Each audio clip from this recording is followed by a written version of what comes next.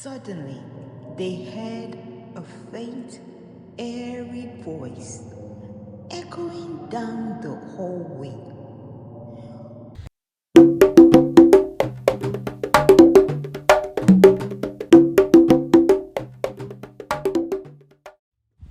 Chinwe and Cheetah were twins from a modest background, living in Lagos, Nigeria. Their mother, Mrs. Chijioke, was a skilled tailor, and their father, Mr. Chijioke, worked as a farmer.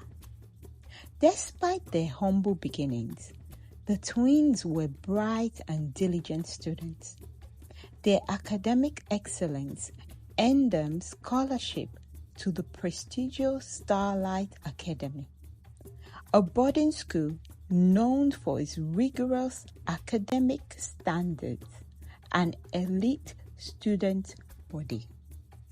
The news of the scholarship brought mixed emotions to their family. While it was a great opportunity, the family struggled to gather the necessary funds for uniform, books, and other essentials. Their parents were able to gather enough money by scraping together all their savings and borrowed money to send the twins off to school. The day Chinwe and Cheetah arrived at Starlight Academy was filled with anticipation. The school was an imposing structure with large gates and well-manicured lawns. The twins, dressed in their new uniform, felt both excited and nervous as they stepped into the new world. They were greeted by the headmistress, Mrs. Onoka, a stern woman known for her strict discipline. She emphasized the school's prestigious history and the privilege it was to study there. The twins noticed that most of the other students seemed to come from wealthy and influential families, making them feel slightly out of place. During the orientation, the head girl, Halima, led the new students on the tour of the school. Halima, a fair-skinned girl of average height, spoke with a Polish accent. The twins overheard other students whispering about her. "That's the vice president's daughter," one girl confidently stated. Another added, "She's half caste." They whispered. The whispering continued until a teacher scolded them for talking during Halima's speech. The orientation covered various school rules, emphasizing the importance of respecting the prefects and maintaining discipline. Chinwe and Cheetah listened intently, aware of the social dynamics at play in their new environment. As the twins settled in their new life, they quickly realized the challenges of boarding school. They shared a dormitory with several other girls, including Efe and Monisola, who seemed inseparable. Efe often boasted about her father's position as the Ministry of Finance, while Monisola claimed her mother was the chief secretary at the Central Bank of Nigeria. The twins, feeling out of place, tried to blend in. However, their modest belongings set them apart from the other girls. They also faced the rigors of boarding school life, including early morning wake-ups, cold showers, and strict schedules. Homesickness was a constant companion, and the reality of their new environment was both daunting and challenging. One Monday morning, During English class, Mrs. Onika was reading a passage from her book. She wanted the class to discuss. Suddenly, a girl, a student, came into the class, whispering into Mrs. Onuka's ears. Mrs. Onuka frowned and said, "I must go to the principal's office. Continue reading the passage until I return." As soon as she left the classroom, they all erupted into chaos. Tina, known for her mischievous nature, jumped up and began mimicking Mrs. Onuka, exaggerating her lips and mannerism. The class burst into laughter, with Tina pronouncing rat as wat and making exaggerated gestures. The girls, including Chinwe and Cheetah, couldn't help but laugh, though they were aware of the potential consequences if they were caught. As the laughter died down, Tina suddenly had an idea. She turned to the class and said, "Tonight, let's find out who Madame Koi Koi really is." The room fell silent for a moment, then erupted into excited whispers. Madame Koi Koi was a legendary figure in the school, said to be a ghost that haunted the halls at night, wearing high heels that made a distinctive coin sound. Tina outlined her plan. They would meet outside room 5 at 2 a.m., armed with torchlights and a bucket of water. The goal was to catch Madame Koi Koi and reveal her identity. The girls, caught up in the excitement, agreed to the plan, despite their fears. Chinwe and Cheetah were hesitant. "Are you sure about this?" Chinwe whispered to Cheetah, who shrugged. It's just a story. What could go wrong?" Later that night, as the clock neared 2 a.m., the girls gathered at the designated spot, their hearts pounding with anticipation.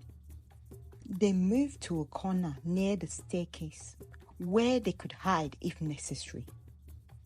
Tina, holding the bucket of water, was ready to lead the charge. The corridor was dark and silent, except for the occasional creak of the building settling. Suddenly, they heard it. The unmistakable coin sound of heels. The girls froze, their eyes wide with fear and excitement. Tina motioned for them to get ready. As the sound grew closer, Tina whispered, "Now." The girls shone their torchlights, illuminating the figure of Senior Ruth, the assembly hall prefect. She was sleepwalking, dressed in a white nightgown and wearing red heels. The sight was both surreal and terrifying. The girls screamed, waking other students and staff. The noise brought teachers running, including Mrs. Onuka, who was far from amused. The girls tried to explain, but their story sounded ridiculous. Madame Koi Koi was just Senior Ruth, who had the habit of sleepwalking. The next day, the school was abuzz with the story. The girls were reprimanded for their late-night adventure, and Senior Ruth was embarrassed, but unharmed. However, the mystery deepened when the coin sound was heard again. This time, during the day, the girls were puzzled. If Senior Ruth was Madame Coin Coin, who was making the sound now? Some students speculated it was all a prank, while others believed there was more to the story. The incident had sparked a mix of fear and curiosity among the students. As the time progressed, Chinwe and Cheetah gradually adjusted to the life at Starlight Academy. They began to make new friends among the students, finding comfort in small moments of camaraderie. Among their newfound friends was Kathy, a new student who, despite her wealthy background, was down to earth and approachable. Kathy quickly bonded with the twins, appreciating their sincerity and kindness. After the classes, the girls often gather under the large mango tree in the school courtyard.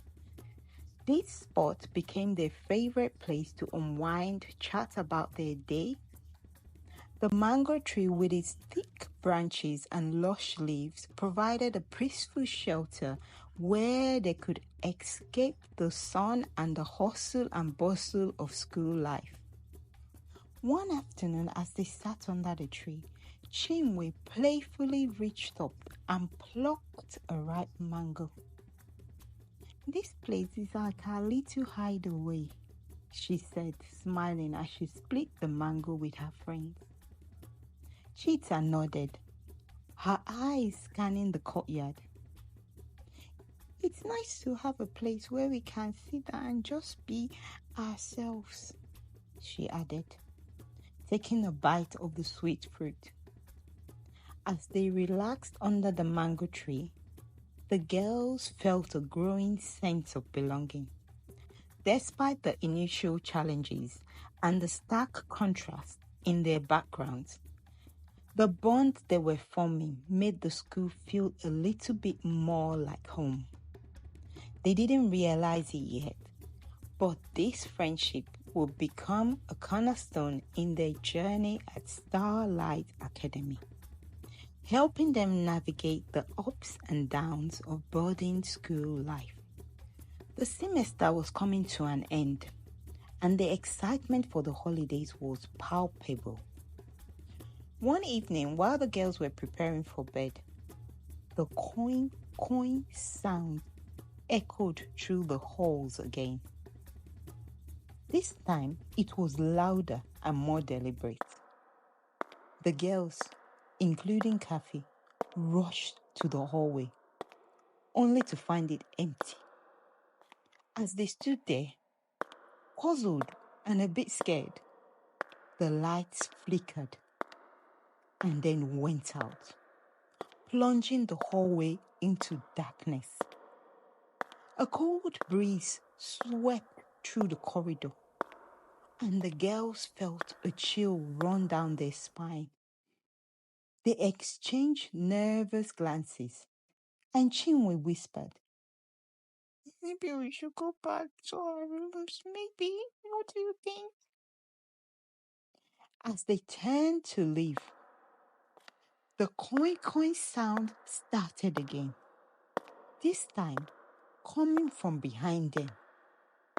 The noise grew louder and closer with each step.